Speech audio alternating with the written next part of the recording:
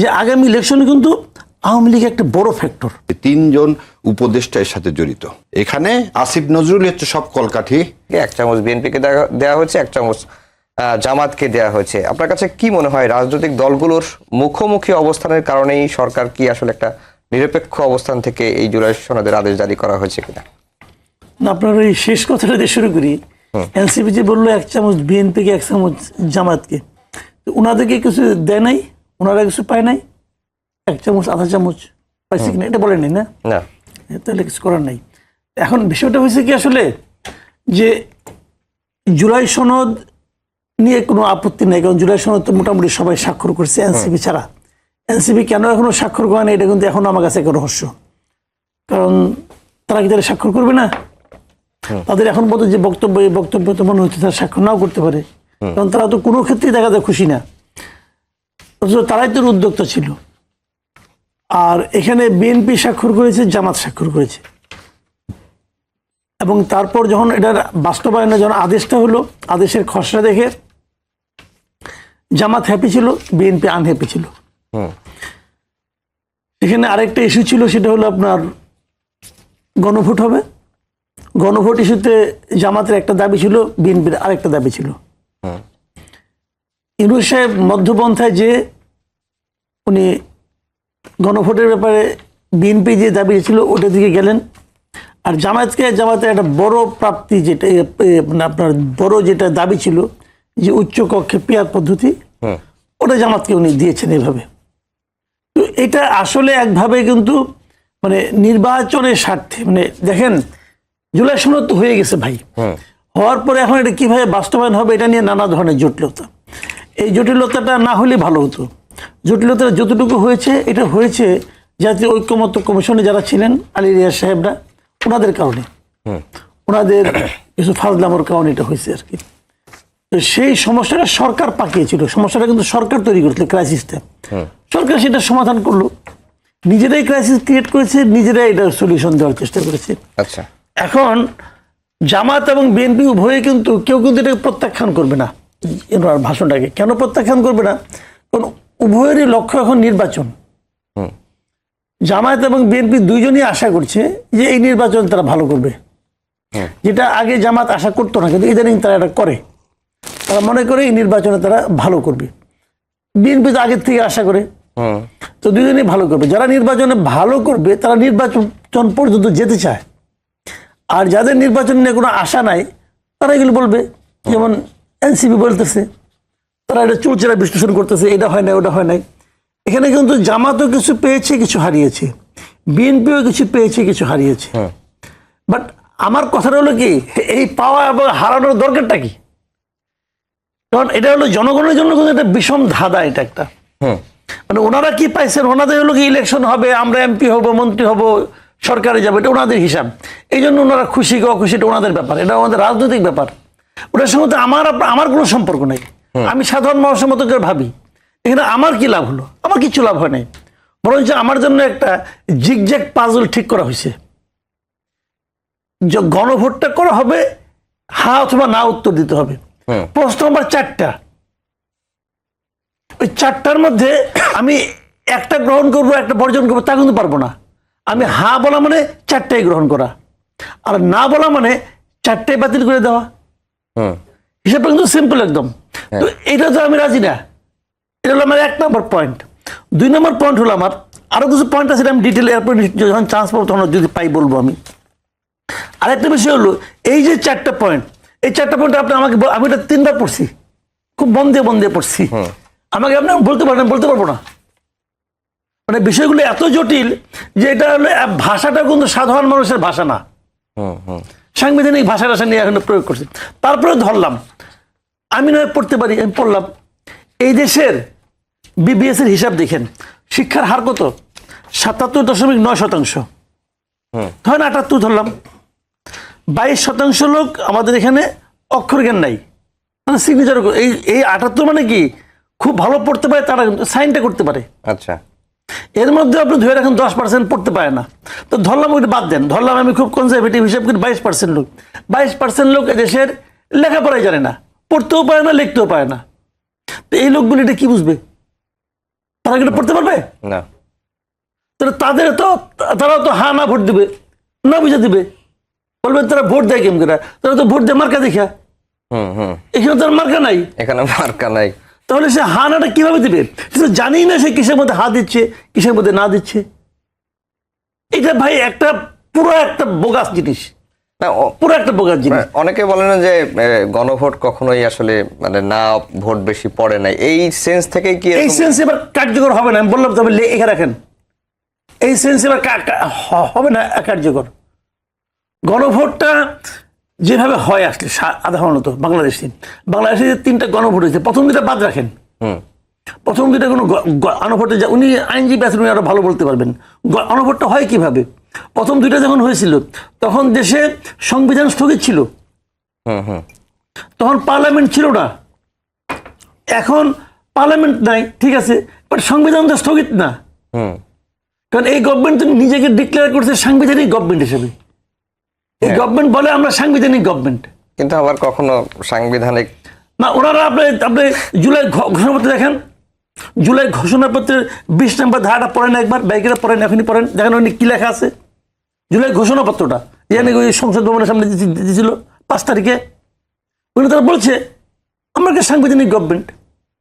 আচ্ছা, কারণ যদি গভর্নমেন্ট সাংবিধানিক হয় তাহলে তো গণভোট তো অর্থহীন ব্যাপার।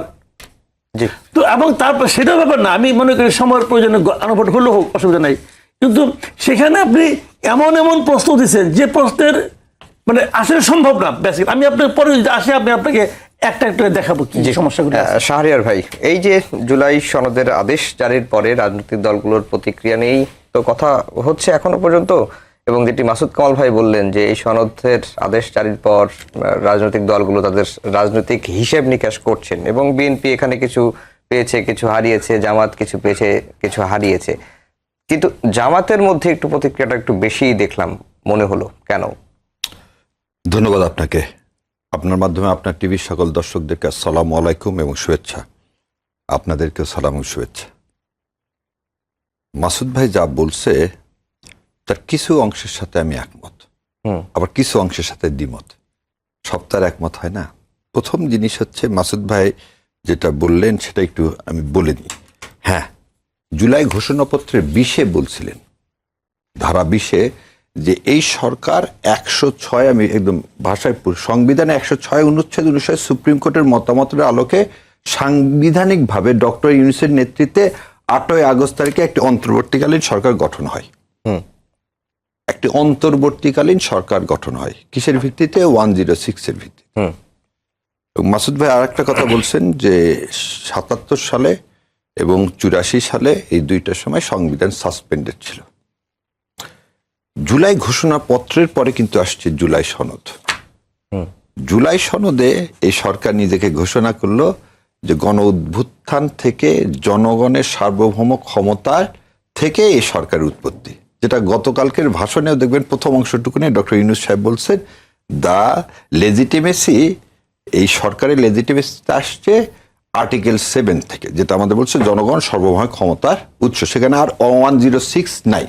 তাহলে এই ডিপার্চারটা তারা কেন এটা রেকটিফাই করছেন? তারা বুঝতে উপলব্ধি করছেন আমরা যখন সবাই বলতেছি যে 106-এর এই সরকার না, এই সরকার হচ্ছে জনগণের কি কনস্টিটিউয়েন্ট পাওয়ারের সার্বভৌম ক্ষমতার একটি সরকার। সো সেইখানে এই সরকারকে সাংবিধানিক সরকার ওইভাবে বলার, একটা অলিখিত সংবিধানের সরকার হতে পারে, কিন্তু এই 72 সালের সংবিধানের সরকার না। দ্বিতীয় যে কথাটা, 77 সালে সংবিধান সাসপেন্ড ছিল, আর আজকে সংবিধান অকার্যকর। কেন অকার্যকর?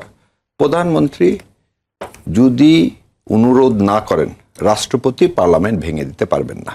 প্রধানমন্ত্রী এই দেশ থেকে পালিয়ে গেছেন, এরকম কোনো অনুরোধের কোনো চিঠি পাওয়া যায়নি বা এরকম কোনো কথা আসেওনি।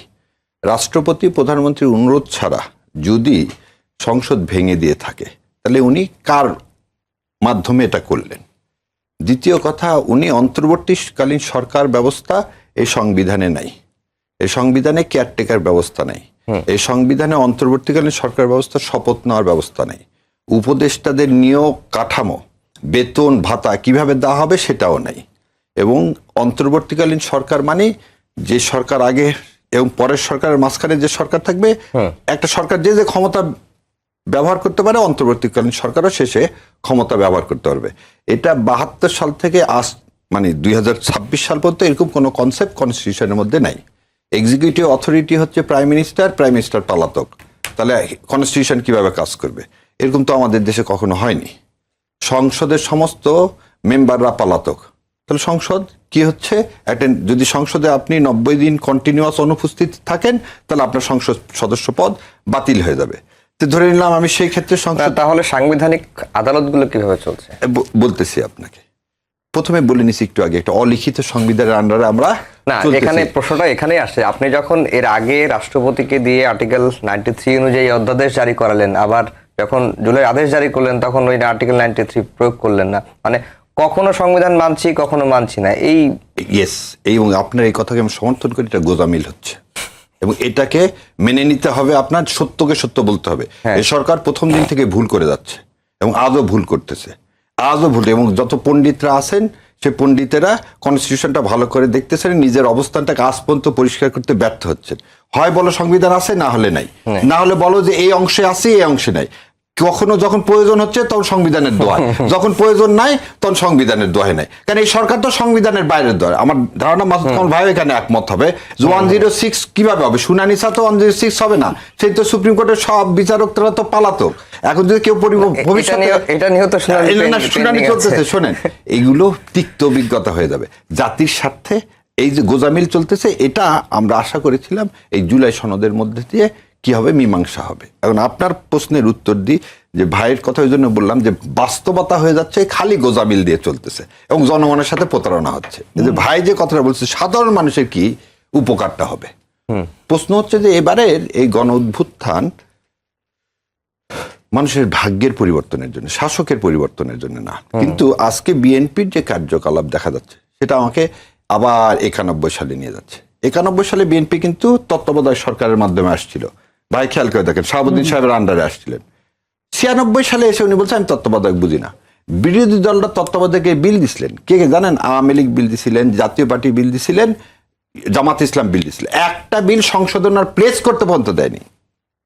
একটা বিল যদি বিরোধী দলের কেউ দেয় সেটা প্লেস করতে হয়। ওনারা এই 5 বছর প্লেস করতে দিলেন না। 12 ফেব্রুয়ারি আন্দোলনের ধাক্কায় তখন বাধ্য হয়ে তারা কি করলেন? তারা কিন্তু তত্ত্বাবধায়ক সরকার কি করলেন? বাস্তবায়ন করলেন। আজকে সালাউদ্দিন সাহেব বলে দিলেন যে গণভোটের মাধ্যমে সংবিধান পরিবর্তন হয় না। তার মানে বিএনপি চাচ্ছে না মানুষের ভাগ্যের পরিবর্তন, বিএনপি চাচ্ছে যেন তার ইলেকশন হয়ে ক্ষমতায় যাওয়া। এটা যদি লক্ষ্য হয়, এবং আপনারা দেখেন যে কথাটা বারবার বলা হচ্ছে 3 জন উপদেষ্টা এর সাথে জড়িত, এবং এই উপদেষ্টাদের মধ্যে ধারণা কারা কারা? আমার ধারণা law adviser is the man. এখানে আসিফ নজরুল হচ্ছে সব কলকাঠি নাড়তেছে, এবং সে এই যে গোজামিল এগুলো সব সে জেনে শুনে করতেছে যাতে ভবিষ্যতে আর কেউ এসে ওই বিগত সরকার এসে এটার অ্যাডভান্টেজ নিতে পারে। একদম আমি আপনার সামনে বলে দিচ্ছি, এই ফাঁকগুলো তিনি ইচ্ছা করে রেখে দিচ্ছেন যাতে যেমন করে আপনার হচ্ছে পঞ্চম সংশোধনী। একটা কমেন্ট করে নিই। এখন ধরেন যে নতুন রাজনীতির নতুন বন্দোবস্ত কারা চেয়েছিল? এনসিপি, এনসিপি, জামাত এবং বিএনপি, তারাই বেশি তো সংস্কার নিয়ে, তারা তো বেশি মানে উদ্যোগী আর কি। এখন কোনো কিছু হলেই মানে কোনো কিছু সরকার ব্যর্থ হলে আমরা এনসিপি দায় দিয়ে দিই। আবার এমনও হয়েছে যে সরকারের কোনো কিছু পছন্দ হচ্ছে না, আমরা আসিফ নজরুলের দিকে দিয়ে দিলাম। কিন্তু এই জুলাই আদেশের জারিটা তো উপদেষ্টা পরিষদেই সিদ্ধান্ত হয়েছে, খালি আসিফ নজরুল। আপনাকে একটা বলি, ভাইও ভালো জানবে, ক্লাস নেওয়া, পড়ানা টেক্সট বুক থেকে আর মামলা করানোর মধ্যে আকাশ পাতাল 100%। প্র্যাকটিস যারা করে, শোনেন, তত্ত্বাবধায়ক সরকারের বিল তৈরি করে দিয়েছিল সৈয়দ ইশতিয়াক সাহেব, ডক্টর কামাল হোসেনরা। তারা তখন কিন্তু যে বলবো না, ঢাকা ইউনিভার্সিটির সমস্ত টিচার সম্মানিত টিচার, কিন্তু টিচারদের নিয়ে এসে কিন্তু করা নাই, কারণ দে নোজ হাউ টু অ্যাপ্লিকেট ইট। আজকে আপনি আমাকে বলেন ঐক্যমত কমিশনের মধ্যে প্র্যাকটিসিং লয়ার কে আছে? একজনও নাই। এই আসিফ নজরুল সাহেব সমস্ত কমপ্লিকেসি করতেছে, একটা অনেস্ট বয়ান এখন পর্যন্ত দেখ না কেন যে সে ইন্ডিয়ার পরামর্শ ছাড়া এটা করতেছে। এই ফাঁকগুলো উনি রাখলেন কেন? উনি তো জানে যে এটা চ্যালেঞ্জ করলে থাকবে না, উনি এটা জানে যে চ্যালেঞ্জ করলে থাকবে না। আজকে যে জামাতের আমির সাহেব বললেন যে একটা দলের দিকে ঢেলে পড়া হচ্ছে, বাংলাদেশের মহামান্য অ্যাটর্নি জেনারেল সাহেব কোন দলের? ডেপুটি অ্যাটর্নি জেনারেলরা কোন দলের? অ্যাডিশনাল অ্যাটর্নি জেনারেলরা কোন দলের?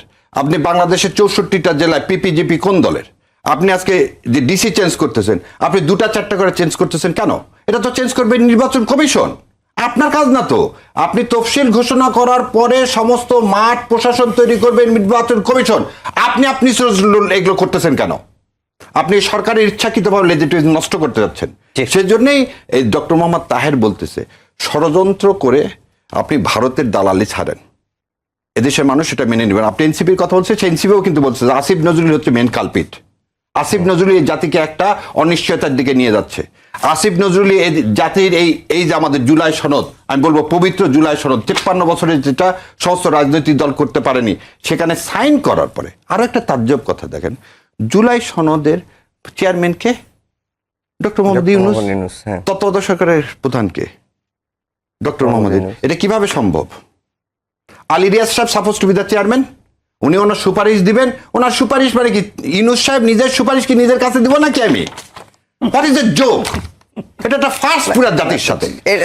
না না, আপনি আমাকে বলেন যে এইগুলো কাজ করছে কে? আসিফ নজরুল। এই কথাগুলো আগে তো বলেন না। না না, কি আমরা বলি? আমরা তো বলছি রে এই ভাই। কথাগুলো আমি মাসুদ কামাল ভাইয়ের মুখ থেকে শুনছি। না, আপনাকে বলতেছি এগুলো বলা হয়েছে যে আজকে বললো না, সব সময় শোনেন, সব সময় প্রধান উপদেষ্টাকে বলা হচ্ছে বিতর্কিত যাতে না হয়, একটা ইলেকশন যাতে হয় এবং উৎসব মুখর পরিবেশে নিউট্রাল ইলেকশন হয়। সেটাতে এখন যেভাবে হোক এই নিউট্রাল ইলেকশনকে ভন্ডুল করতে হবে। এটা আসিফ নজরুলের আমার ধারণা তার হচ্ছে প্রোপাগান্ডা। মাসুদ কামাল ভাই, আজকে জামাতের যে নায়েবে আমির আব্দুল্লাহ মোহাম্মদ তাহের 3 জন উপদেষ্টার বিষয়ে আপত্তি জানিয়েছেন, তাদের অপসারণ দাবি করেছেন এবং তারা প্রধান উপদেষ্টার কাছে নামও পাঠাবেন, এমন কথাও তিনি বলেছেন। এবং শাহরিয়ার ভাই একজনের নাম বললেন, আপনার কি ধারণা আর 2 জন কারা হইতে পারে? আমার কোনো ধারণা নেই। শাহরিয়ার ভাই যেটা বলছেন, দেখেন উনি কিন্তু আমার মানে ভালো লাগছে ওনার কথাগুলো আমার কাছে, যে উনি এমনি লজিক দিয়ে কথা বলেন সবসময়। মানে এটা যে প্রবলেমগুলো যে উনি যে বলেন না যে গোজামিল দিয়ে চলছে, রিয়েলি তাই। আপনি হয় সংবিধানকে স্থগিত, ভাই কিচ্ছু তো না, একটা ঘোষণা দিল সংবিধান স্থগিত, শেষ। তারপর যা ইচ্ছা তা করেন।